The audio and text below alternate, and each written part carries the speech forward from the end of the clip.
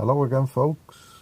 Just going to go through this report that has just popped up earlier today, Monday, 18th of March 2019, at 14 minutes past 1400 hours, which is like 2:15, and it's now 20 past 7 in the evening, PM.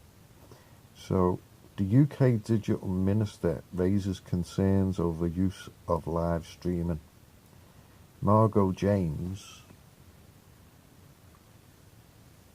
says footage of Christchurch attack highlights issues around regulation. So here it comes. The Digital Minister Margot James has raised concerns about the regulation of online live streaming in the aftermath of the New Zealand shootings, in which an alleged terrorist broadcast footage of an attack on two mosques live on Facebook. I think that's only on Facebook, my personal opinion. James, whose department is preparing to unveil the government's proposals on tackling online harms, said she was unhappy that footage of the attack, which could never be allowed on traditional television channels, was easily available on social media. Well, I can't get on Facebook. They certainly won't have me on Facebook because, the truth is anti-Semitic. So she goes on.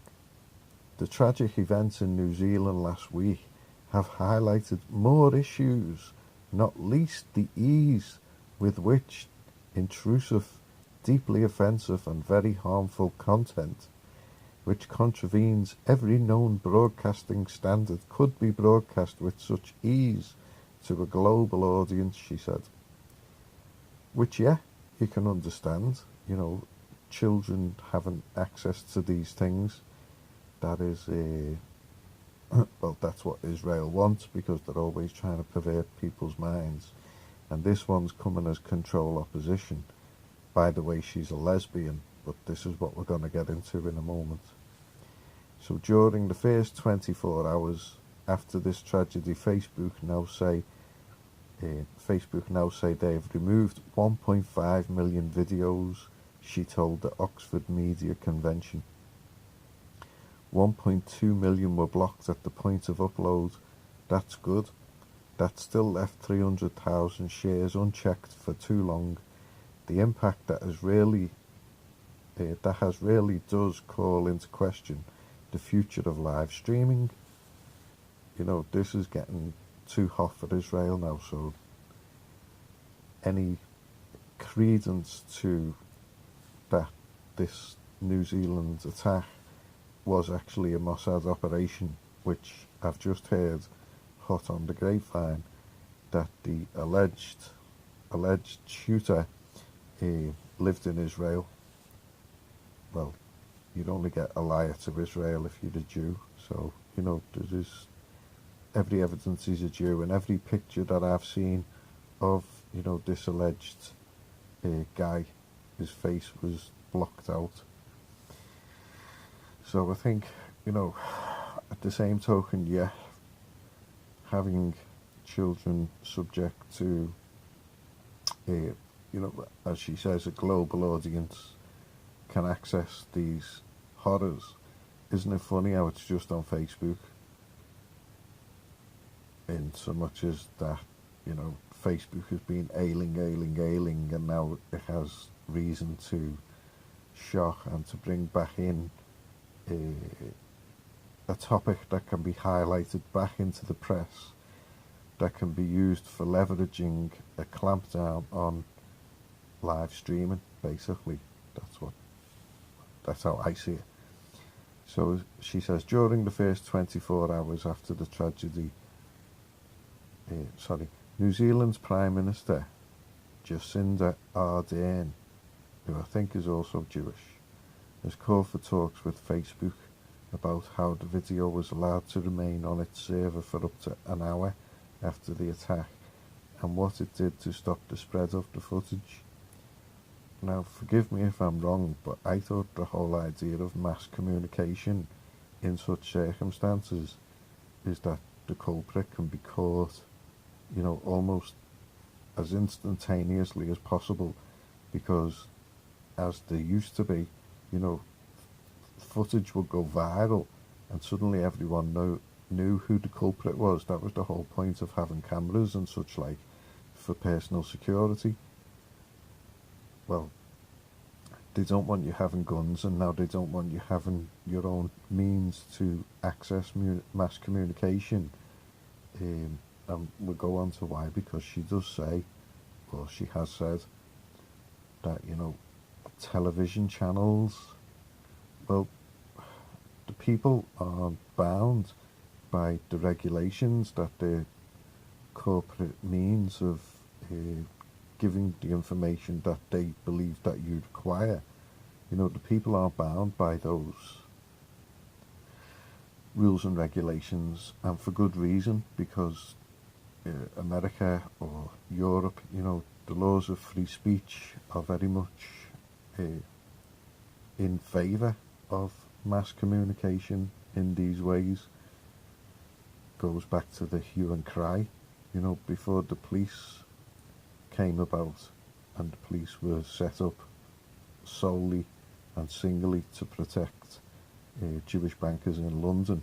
There were the peelers, the Bow Street runners, well, it's the same outfit today, and I've got some news on that which hopefully I'll follow up in a different video. But they're the same outfit, and they are the policy enforcers of Jewish hegemony, Jewish tyranny and Jewish terrorism. So Facebook took the unusual step of releasing statistics on the number of uploads it has had to deal with in the aftermath of the attack, while confirming it would remove all videos featuring any clips of the terrorists' video, even if they do not show footage of the killings themselves. So James suggested platforms had a responsibility, especially around the live streaming of events. Facebook's live video platform has gained a reputation for hosting videos of murders and suicides since it was introduced for all users in 2016. She said the government's policy on media regulation was to attempt to bring regulation of internet media in line with the systems applied to traditional media. She said there are limits to total freedom of expression which apply offline, which need to apply to online urgently. The respected and effective systems of self and statutory, I think that should say statutory regulation, and high journalistic standards. Well, you talk about high journalistic standards, but actually that word there, statutory,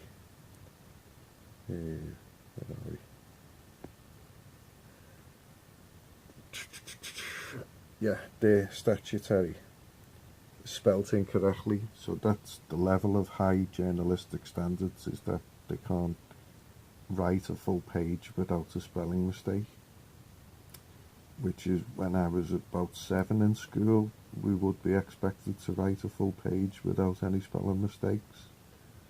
So that's her level of high journalistic standards that have always been applied to the verification and sources of story. Well, surely the verification and sources of story in a live shooting event are self-evident and self-explanatory, unless, of course, there is something to hide.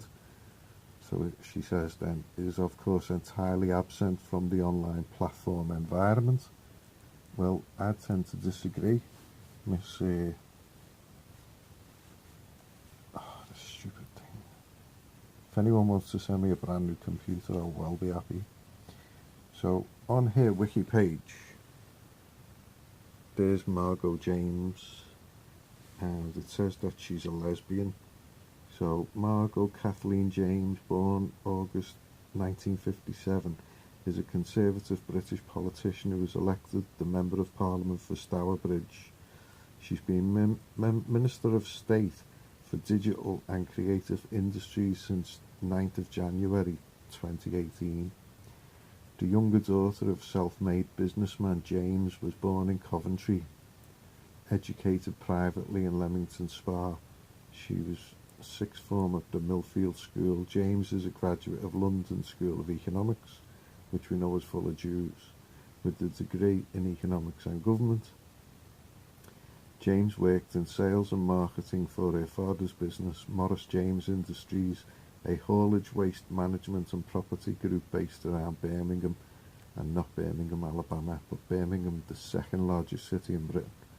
After working for a consulting firm in 1986, she co-founded Shire Health Group, a public relations and clinical traits organisation. Shire Health was voted Consultancy of the Year 3 times, while James was voted Communicator of the Year in 1997. So while she's saying, oh, you shouldn't be having free reign and free expression on the internet, she's Communicator of the Year 3 times with her own consultancy company. So there's definitely self-interests there. So the company was sold to WPP Group in 2004, with James appointed head of European healthcare for WPP subsidiary Ogilvy and Mather. I think Mather's a Jew name. James joined the Conservative Party aged 17, chaired the London School of Economics Conservative Association. During her studies, she acted as a researcher for Sir Anthony Durant, who was basically, upon looking on his wiki page, that's it. That's his full wiki page.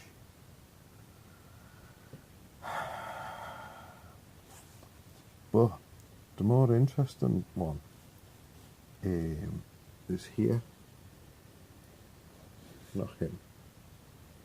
She was a parliamentary private secretary to Stephen Green, the Baron of Hertford's Point. Now he is a character. Look at this cat. What do you think of him? He's an Anglican priest, right? Both an Anglican priest and chairman of HSB Holdings.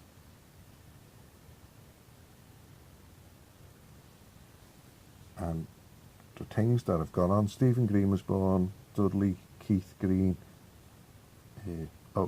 Was born to Dudley Keith Green and Rosamond Mary Green after a private education at Lancing College near his home in Brighton. So he went to Oxford. He studied philosophy, politics and economics, PPE, in 1966. His parents were active churchgoers and influenced his religious activities both as a young man and later in life. After graduating, he spent a year volunteering in the East End of London at a hostel for recovering alcoholics, and moved also reputedly influenced by a visit from Church of England vicar. It was during the time at the hostel when he met Janie and Joy, a fellow volunteer who he married in 1971. Right, so he got a master's degree from Massachusetts Institute of Technology, MIT. Noah Hyde. Noam Chomsky, that's right, that's head of MIT, isn't it, in them sort of circles. So Green began his professional life as a civil servant in the British government's Ministry of Overseas Development, now the Department for International Development. That was what we used to say, the queers went to them types of positions, because homosexuality was outlawed in Britain until the Perfumo affair, basically, in the 60s, when the government collapsed. They brought in the gay rights, well, the anti-heterosexual rights, where he spent the next 6 years. He joined McKinsey & Co., management consultants with whom he undertook assignments in Europe, North America and the Middle East. So he was in the Middle East. So as a result of being headhunted, he's a super fly guy, he joined the Hong Kong and Shanghai Banking Corporation in 1982. And initially on a 2-year contract with responsibility for corporate planning activities. In 1985, he was put in charge of the development of the bank's global treasury operations, and in 1992 became Group Treasurer of HSB Holdings, with responsibility for the HSBC Group's treasury and capital markets business globally. In March 1998, Green was appointed, it starts to get juicy here now, appointed to the board of HSBC Holdings plc as Executive Director of Investment Banking and Markets, responsible for the investment banking, private banking and asset management activities of the group. He must wear roller skates all day long, this fella in the office. He assumed additional responsibility for the group's corporate banking businesses in May 2002. As Executive Director, Green cancelled all executive bonuses in both 2001 and 2002, telling the Wall Street Journal in March 2003, "We took the view that a business that had not performed for the shareholder couldn't expect to receive bonuses." How benevolent. The decision saw some key staff leave in protest, but it also won the company some praise. Institutional Investor magazine, who no one's ever heard of, quoted HSBC's then chairman Sir John Bond as saying, "We had corporate clients come up to us and say, 'Thank God you've taken a stand.'" Yeah, well, the stand is exactly what they should have been taking. In the year before, that was a court joke, by the way, about the stand. Try and keep up, people. Tough audience tonight. So, oh yeah, there was something here about the alma mater. Oh no, it's changed already. Wow. Okay, in the year before becoming chief executive, Green earned below £1 million. HSBC's annual report for the period showed that none of the company's 5 top earnings employees was a board member. Green told The Guardian in October 2003, "Plenty of people in the organisation earn more than me. I genuinely don't care. I can hardly be described as lowly paid, since when was money the be-all and end-all?" And remember, he is a priest as well at the same time. Asked by the newspaper's reporter Jill Trina how he reconciled the organisation's high salaries and bonuses with his religious faith, he replied, "Do I personally feel some kind of incompatibility between what I believe and being in financial services markets? I can only say no." His appointment as Group Chief Executive took effect on the 1st of June 2003. I mean, can you imagine the tea room when he's not there, like? Shortly afterwards, in October 2003, HSBC announced that it would offshore the work done by its UK finance processing centres in Birmingham, Sheffield, Brentwood and Swansea to India, Malaysia and China within the next 2 years. The move, which represented the largest such offshoring in the financial services sector at that time, and would lead to the loss of 4,000 British jobs, led the UK trade union Unify to warn Green that the gloves were off. And I'm going to do a video on unions and it'll blow your mind. He defended the decision, telling The Guardian, If you are a responsible company like us, we do not need to think about this. We do need to think about this on a global basis. We have to approach this in a responsible and human way. I also have to bear in mind that people are going to get jobs in India and elsewhere. It's wrong to pretend you can protect the existing jobs, and wrong to pretend there isn't going to be change. It can't be the right response to say that emerging markets have no right to jobs," he added. "Cost minimisation cannot be the only driver of this. There is no way we want to jeopardise the quality of customer services." But I'll tell you what, HSBC. Anyhow, so he oversaw HSBC's acquisition of Household International, a US subprime lender. And there you go, subprime mortgage is their business. As well as its integration into the parent company, he later came to regret the deal, which was the largest acquisition in a series conducted by HSBC in the 5 years leading up to his appointment as its chief executive. In January 2005, Green became chairman of HSBC Bank plc, the group's UK clearing bank. So a clearing bank is where, you know, all the monies basically go. The Cheque and Credit Clearing Company is a UK membership-based industry body whose 11 members are the UK clearing banks. The company has managed the cheque clearing system in England and Wales since '85 and in all of Great Britain since 1996. So a chief executive chairman in 2006. So he's chairman of HSBC, the group's UK clearing bank subsidiary, and group executive chairman in June 2006. Those roller skates must have been worn out. They must have had smoke coming off them, I'm telling you. In its July 2005 issue, Bloomberg Markets magazine reported that HSB was allowing money laundering by drug dealers and state sponsors of terrorism. The magazine alleged that this had included transfer of $100,000 in April 2000 to the Taliban in Afghanistan, which had subsequently resulted in a fine levied by US Treasury Department. Green denied the allegations, calling them a singular and wholly irresponsible attack on the bank's international compliance procedures. Subsequent investigations, however, confirmed that money laundering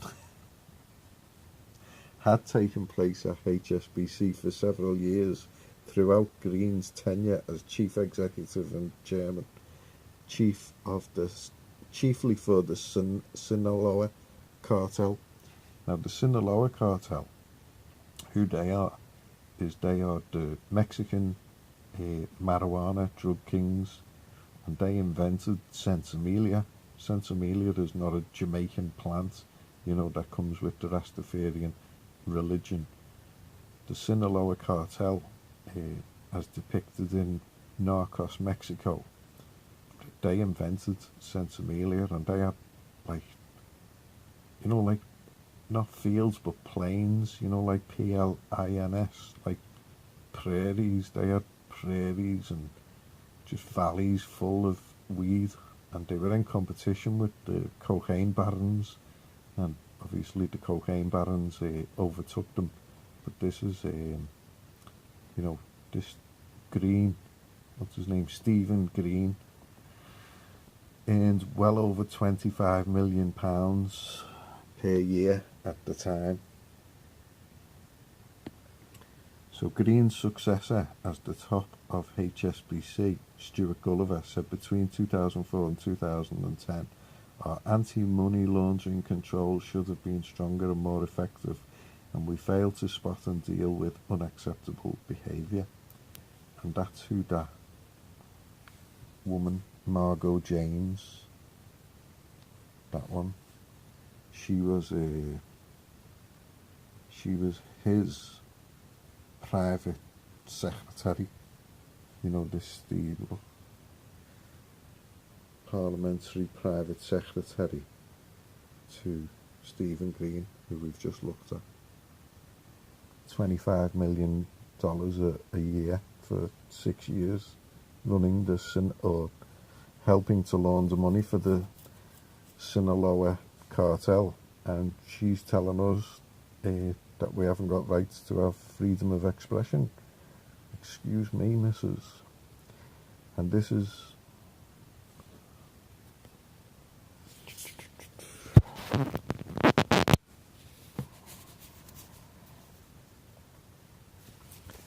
still going. This is Jay Hunt, TV presenter. This is who she goes out with. So she's the managing director of Violet Productions, a London-based video production company. Violet Productions was set up in 2008. Before setting up, Jay Hunt worked up as a TV producer for the BBC and a number of UK-based indie TV companies. She's Previously worked as celebrity stylist, personal shopper and TV presenter. So, brings us to Alan Yentob. Wait till the video on Alan Yentob. You're gonna love this. So that's it for now, folks. See you later.